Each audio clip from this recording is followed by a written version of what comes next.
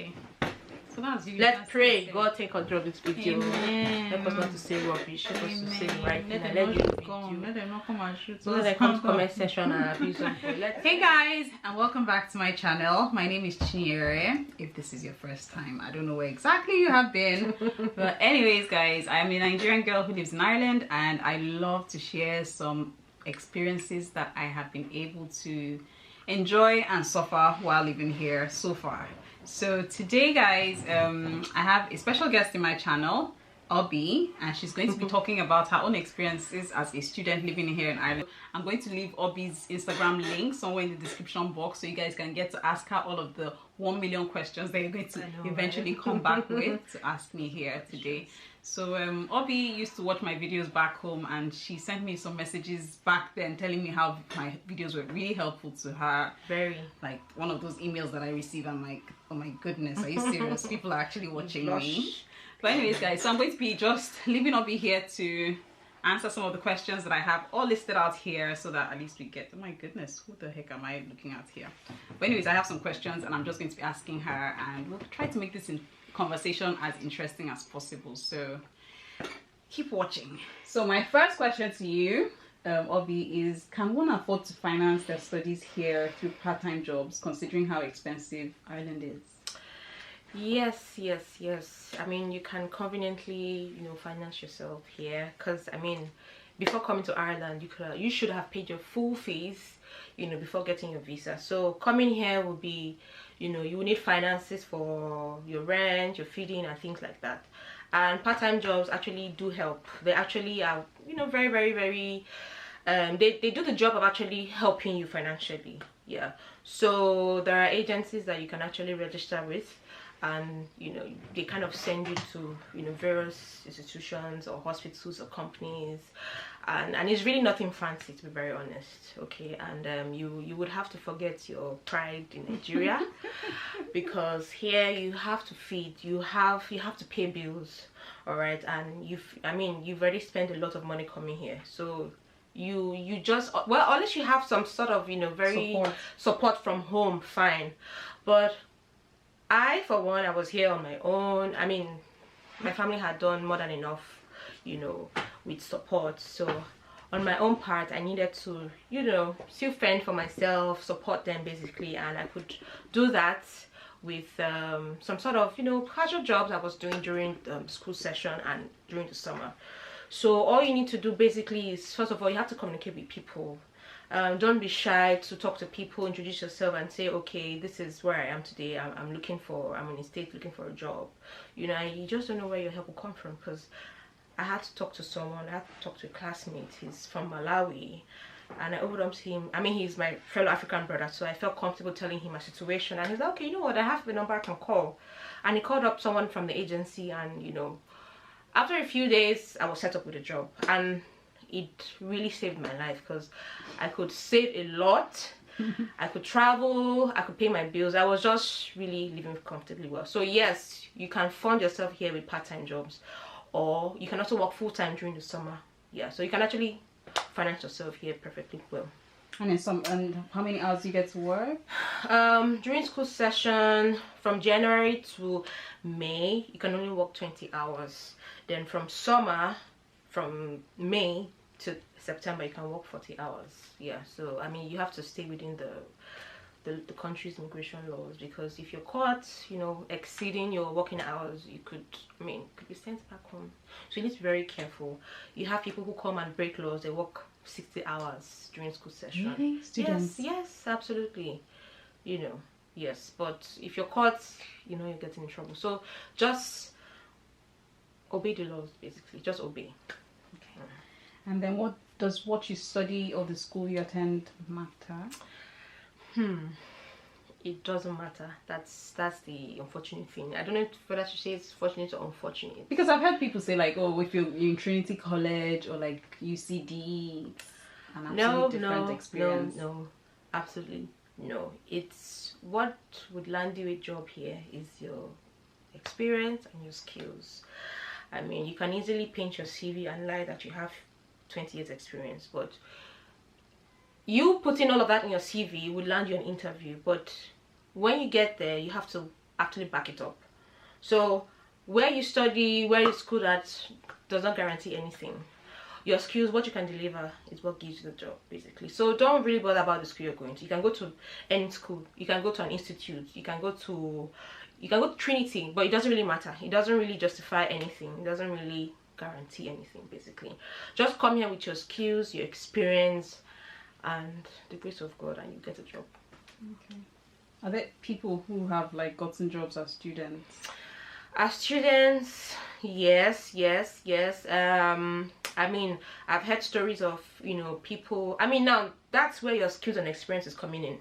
You know, I've had people say that, you know, they dropped out during school session because some company, you know, asked them to come work full time. Why? Because of that years of experience that they have and the value they can provide. So they don't mind. You know, it may seem like the company is breaking the law, but I mean, a company can go ahead and break protocols for you just because they see that value in you. So you may come here as a student and you may not even finish your 1 year. You can actually find a job, a good job, and even, you know, you might even finish with a postgraduate degree. You might not even finish with your master's degree, because before you even get there, you know, some company has come to snatch you up.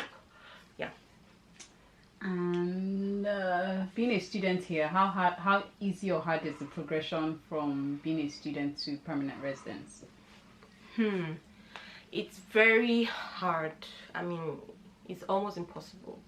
I think it almost seems impossible, because I've had people say to me that, you know, okay, this is how it works. When you come here as a student, as a master's student, after your degree, the government gives you a stamp 1G visa. So it's for 2 years and all of that. And during that 2 years, you have to find a job. You're expected to. Yeah, a job that fits what you studied, basically. So you're not finding a job to be a customer care or a customer care assistant or a bartender. You actually have to find a job that, you know, that's based on what you studied, and that company would have to sponsor your permit. You know, so from a 1G, the 1G allows you to find a job. Then when you find the job, the company, if you're lucky, can sponsor your, you know, transition to a stamp 1. Okay, but it's not that easy. You know, I've had people where, you know, they're on the 2nd year of their stamp 1G and there's really nothing happening. You know, some at the end of their 1G, the companies tell them, "I'm sorry, we can't sponsor your visa. There's nothing we can do." You know, so at the end of the 1G, yeah, at the end of the 2 years, you know, you're there working, thinking, "Oh, those it's very painful. It's very painful." You know. So I mean, yeah, it's very painful. Like at the end of your 2 years, you're thinking, okay, yeah, I mean, the next thing is, you know, the sponsor. Nothing. You know, I've heard such sad stories, and I've also heard good stories. I mean, the first 6 to 1 year of their employment, in fact the first 1 month, and it's okay, and the HR calls you and say, okay, so we'd like you to progress to the next you know, visa status stage, and how can we help you? You can be that lucky. And if you can just show how valuable you are to the company, it won't even be a matter of should we. You know, they'll literally tell you, because they know your visa status. They know that you're here as an immigrant, so they are aware. The HR is aware of things like that. So and once they've identified that this is a valuable person on our team, before you even ask, you know, you can have a meeting with your HR and you start to discuss, okay, how can we go about it? What do we need to do? What do you need? And it happens like that. Yeah, but the transition from a student to permanent residency is a very long way. It's a very long way, trust me. And long scary road. Yeah, long scary road. Very uncertain. To be very honest, as painful as it sounds, it's very uncertain. So, and it will lead me to some other, you know, tips I'll give you as we progress in the video, how you can manage that, because you need to have different plans, because, you know, you are not in the minds of these companies, you know, knowing whether they will retain you or not. So you have to keep making your plans. Yeah, so that's about it. Okay, so I think we can switch over to your challenges. Okay. So I have 2 sets of advice. For the first set is as a student here, and the second set of advice is for you as a graduate looking for a job, because that's where I am right now. So I have a few points here, so I don't forget, because it's very important. I say all of this. So an advice to you here as a student, you know, just fresh here in the country and all, you need to unlearn every single thing you think you know from the Nigerian educational system, because it will land you in trouble. Okay, and what am I talking about? The plagiarism, you know, system, and how they take things like that. You know how we are in Nigeria now. Like, what's the slang? La cram la pop. You know, straight from Google, straight to your paper, and to you. I mean, no one tells you that it's the wrong thing you're doing. So you need to unlearn everything you think you know about the Nigerian educational system, and open your mind and be ready to learn how these guys really do their thing here. Okay, so yeah, you need to understand what the lecturers look for. You need to learn things like things that seem as simple as referencing. They take it really serious. Like, you could actually be suspended if you're seen to be, you know, plagiarizing your work and things like that. And these are traps that you can fall into easily, because these are things that we're not used to. Okay, yeah. And also, yeah, casual work. You can actually sustain yourself during school, using true casual jobs. And it's important you forget your pride in Nigeria, because, you know, yeah, I mean, it's very important for you to forget your pride, because if not, you will go hungry. Because here, nobody knows who you are. Nobody even cares to know who you are. Nobody wants to know if back in your country your father is the owner of a mansion. Nobody wants to know if you're coming here, or maybe if Nigeria you're a branch manager. Nobody wants to know. You're gonna get your hands dirty. Okay, so the casual jobs that are mostly available to international students are, you can be a carer, a healthcare assistant. You can work as not a chef, as a catering assistant. You can work as a waitress, a bartender. These are things you have to do. I mean, there are people now, some of my friends who work in back of Ireland, they're business analysts now with top firms. But back in school, you know, they're working in warehouses, you know, doing things that they felt that back in Nigeria they would never do. But you just need to forget all of that. You need to survive. You need to sustain yourself here. All right. So forget all of that, and yeah, forget all of that and be humble. Wherever you find yourself, just do your best. It doesn't matter that, oh, I mean, back in Nigeria, I would never have done this. You need to put yourself there, because you never can tell where, you know, you make connections who would actually help you after school. Yeah. So yeah, that's very important. You need to forget your pride back in Nigeria. And also, as a student, you need to keep your ears out for graduate programs, usually between the months of September and November. This was something I was always told, but I didn't listen. Okay, I have a friend who, you know, she applied, unknown to me, she actually applied and she got the job. So while she was in school, there was a job waiting for her, you know, and as soon as she was done, you know, she started working. She's working with Bank of Ireland as a cybersecurity analyst. And this was because she listened. This was because she took steps. Did she study cybersecurity? Yes, she was doing a master's in cybersecurity, and I mean, she's a very bright girl. And also, you also need to stand out, okay? Because you can apply for 1,000 graduate program, you know, jobs, and you won't get any. But you need to stand out, okay? In terms of your intelligence, maybe, you know, what you finished with back in school. Maybe you're a first-class student. You just need to stand out, because not only are you applying, thousands of others are applying. Irish citizens are applying, all right? And you know that they will definitely consider their people first before you. So in order for you to get there, you need to stand out. Yeah, so keep your ears out for graduate programs. It really helps. And my advice to you, or to people, I mean, my advice, as soon as you're done with school, basically, like someone like me, what I'm going through at the moment, after graduation is where the battle really starts, because your stamp 1G guarantees absolutely nothing. In fact, there'll be times where you think it's even a scam, that okay, this government gives us a stamp 1G scam, and it's not even working for us. Breeze is just blowing when I come outside. You're wondering, the thing is just counting. 1 year is over, you're in the second year, what's happening? But there are certain ways you can overcome those challenges, and one is this: attend networking events and career fairs. Okay, so download this app called Eventbrite. So on Eventbrite, you know, you see a lot of upcoming events. Maybe Facebook is having a networking event on people and technology, or maybe some company is doing an anniversary on, okay, discussing how sales can help. Just target any networking event, you know, you think you're interested in. Go there. It's usually free. Okay, go there, mingle with people, network, ask for their LinkedIn profiles. You can ask for their Instagram profiles, but not number. I mean, you can start with LinkedIn profile and keep in touch. Okay, you never can tell where help will come from. And career fairs as well. Keep your eye out for career fairs. Attend, your CVs ready.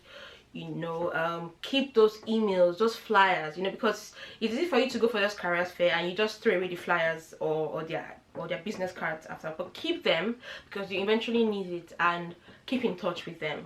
All right, because networking is very, very key, because through those networks you can actually get job referrals. And I'll tell you that 99% chance of you getting a job might probably be from referral, because you're not the only person coming into this country. You have people from other European countries coming in, all right, who are equally as skilled as you, if not more. Now, how would you get at the forefront? Okay, how would you get your CV to be considered by the hiring manager? Now, bear in mind that, you know, there's this ATS system, application tracking system, that on its own filters out CVs that, you know, have some missing keywords. Already you're faced with that first obstacle. So more often than not, you won't even get to interview stage. But how can you cross all those hurdles? It's through referrals. Okay, so networking.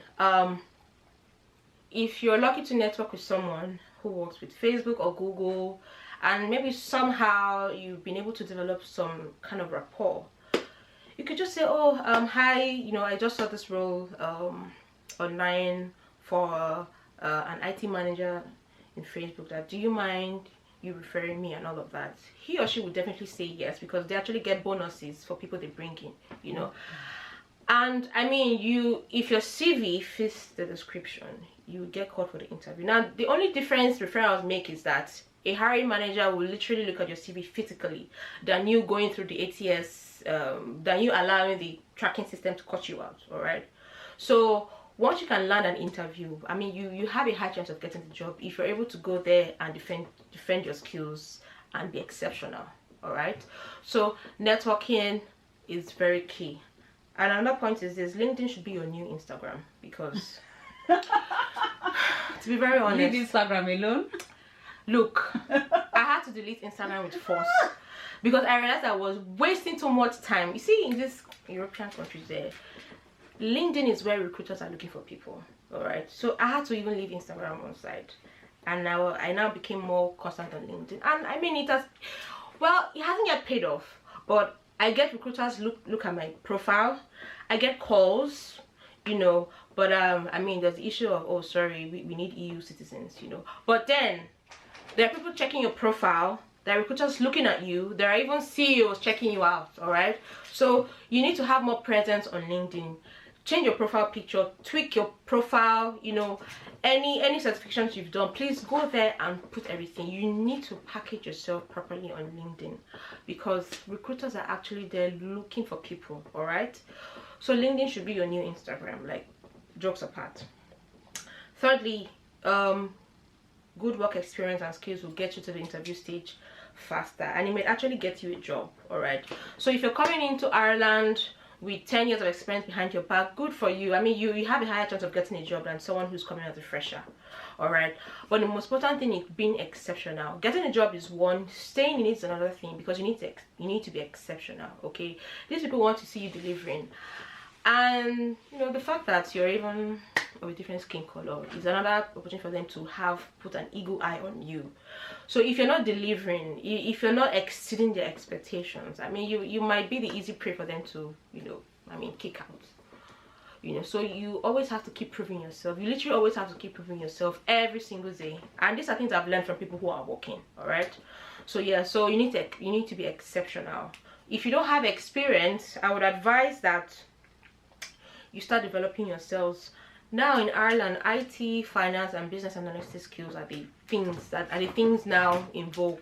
Should I use the word in vogue? Is hot in the they're in market. hot demand, exactly. All right. Let me give a very classical example. I have a friend of mine. He's he studied chemical engineering, and he literally had no work experience. I mean, he used to work with his dad in his construction firm, and it was really nothing tangible. All right. Coming here to Ireland, he did a master's in sustainable infrastructure. So he began to package his CV as an architecture and engineer, and he didn't get him anywhere. All right. And what did he do? Okay, he started developing himself. He immediately, you know, switched to IT. All right. He's been taking courses on Udemy. Now he's an AWS class practitioner. He's going into networking, and now he has applied and he has gotten a job as an IT help desk. Okay, it may seem like you know, maybe a very low role, but that's how you start. All right. So if you have a background in sales or something very not IT, please, you may need to have a career switch. You may need to experience a shift in your plans. All right, because that's the only way you're going to get a job.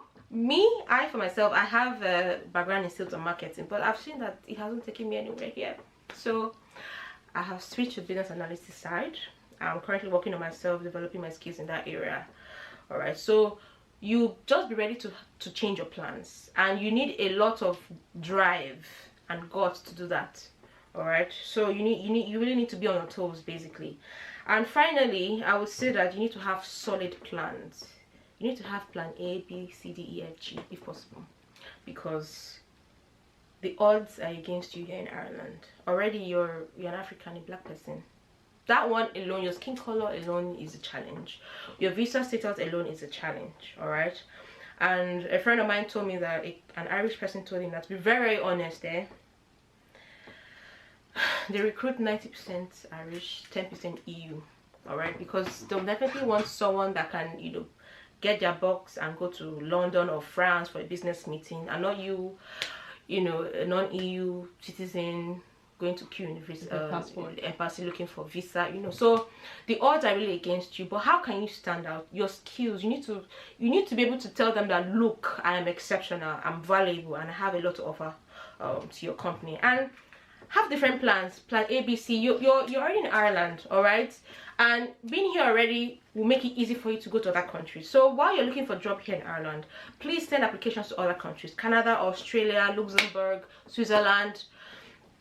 I mean, don't limit yourself here, all right. Just have a plan, because when you have a plan, you won't panic. All right, you'll be more focused, you'll be more happy. Because I have friends who are on their second year of their 1G, and you see them looking frustrated, and I'm like, oh God, what's going to happen? Will I go back to Nigeria? You get like that if you don't have a plan, if you don't have a solid plan that you're following. All right, so have different plans, have backup plans.